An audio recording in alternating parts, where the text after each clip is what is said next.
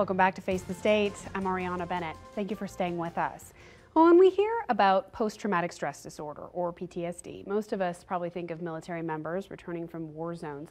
But you don't have to go overseas to experience that kind of trauma. In fact, first responders like firefighters, police, and paramedics have to deal with a lot of situations that take a toll on mental health. So Battalion Chief Bob Reiser with the Central Lyon County Fire Protection District is here to talk about that. Bob, thank you so much for your time. Thank you for having me. Now, you've kind of made a little bit of a study of this issue. So what first got your attention, when it comes to the mental health toll of seeing what you see? Well, one of the statistics that we will typically track in the fire service is line of duty deaths. And that has been fairly consistent over the years, somewhere around 100. We want that number to be low. But one of the recent reports that came out from a group called the Volunteer Chief Officers was the Yellow Ribbon Report, and it dealt specifically with firefighter and emergency responder suicides. And those numbers have exceeded line of duty death numbers. And when I read that, that was definitely concerning for me, just to be in front of it instead of behind it. Yeah. Was that something that surprised you, or when you read that, did it make sense based on what you've seen? It didn't, fortunately. Locally, I don't think we've experienced that, or it's not something that we're aware of. And I think that's a positive thing for us in our local communities, that we're not seeing that. But very surprising, because that's not what I would expect. I don't think that's what the public would expect. It's different than the perception. Right. I think the perception of firefighters is definitely different from the reality of the job. And largely it's that most of your calls are not fires. Absolutely. One of the misperceptions is that the majority of what we do is respond to structure fires, wildland fires, etc. However, for fire service in general these days, the majority of what we do is actually respond to EMS calls. And that's a substantial portion of what we do. So we get to see, good, bad, or otherwise, some of the more tragic events that happen in people's lives. If you're calling us, that's not a good day for you. I reference frequently when I'm out in the community, when people ask, are you having a good day? And I said, it's a quiet day, so that's good for everyone. Right. So. And when you talk about those things, not a good day for you, you could have multiple calls in a single day that end in tragedy, where you are dealing with someone losing a loved one or having a horrible injury, horrible car crash. I can imagine that seeing that firsthand the way you do would be really hard to process. It is. And one of the things in researching about it a little bit more was realizing that we don't really prepare responders for it very well. We'll give you an idea. You're going to see things that are disturbing and troubling throughout the course of your career, but it's going to be okay because we're here for you. But that doesn't necessarily relate to the sights and the sounds and the smells and the recurring issues that we experience. There's not really a good way to prepare people for that. So one of the challenges is working to develop programs to make responders more resilient, give them a better understanding, and open up some avenues for them to discuss those situations when they have something that they're not comfortable with. Is this something that has kind of a taboo in firehouses, that you don't talk about the emotional toll that calls take on you, or is it something that the people do talk about?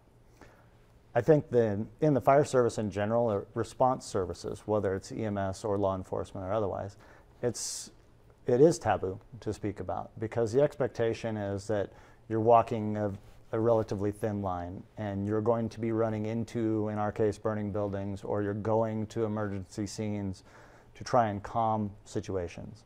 And when you admit that those things are affecting you, you lose that edge, so to speak. And that perception of the old adage for us is to suck it up, buttercup, doesn't really fit.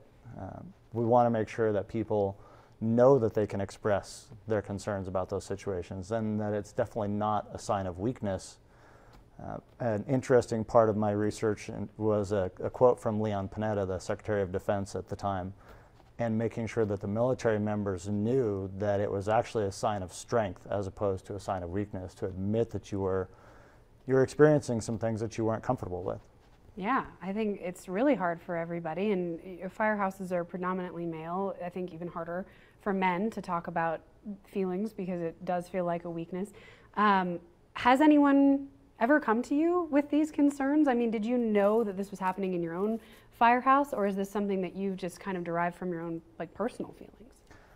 I think I had a triggering event, not to the point that I felt like I couldn't respond or was uncomfortable, but just something that made me more aware for my personnel and the people that I respond with when we had a structure fire in a house that had 6 children. And there was a severe burn injury to one of the kids that we had to fly out for an extended period of time in a recovery facility. And that was a piece to me to say, now I want to know what's going on. I want people to be comfortable opening up and discussing those things and realizing that that's not the norm for us. So how do I work within my own department or the fire service in general to create an environment for people to be comfortable to do that? Now, you wrote a really detailed paper on this, and in doing that research, did you come up with the right solution, the way that you think, would be best to address this? Well, the challenge is there isn't one right solution, because it's going to be different for every person. You will have different triggers that are going to affect you based on a certain type of call, or post-traumatic stress versus what we would refer to as cumulative stress. So post-traumatic would give you the impression that it's a singular event, versus ours, it's over the course typically of a 20 to 30 year career. Right. And you start to lose track of the numbers, sometimes intentionally, of the horrible things that you've seen. So for individuals, it's going to be different. So for me, one of the critical pieces was researching lots of different options to see what can we do locally, what can we do quickly, and what do we need to develop long-term for the future of our members. And it's not just for you, right? You're hoping to kind of spread this among other departments. Absolutely. And one of the pieces that was really interesting was the concept that healthy responders creates healthier families, creates healthier communities.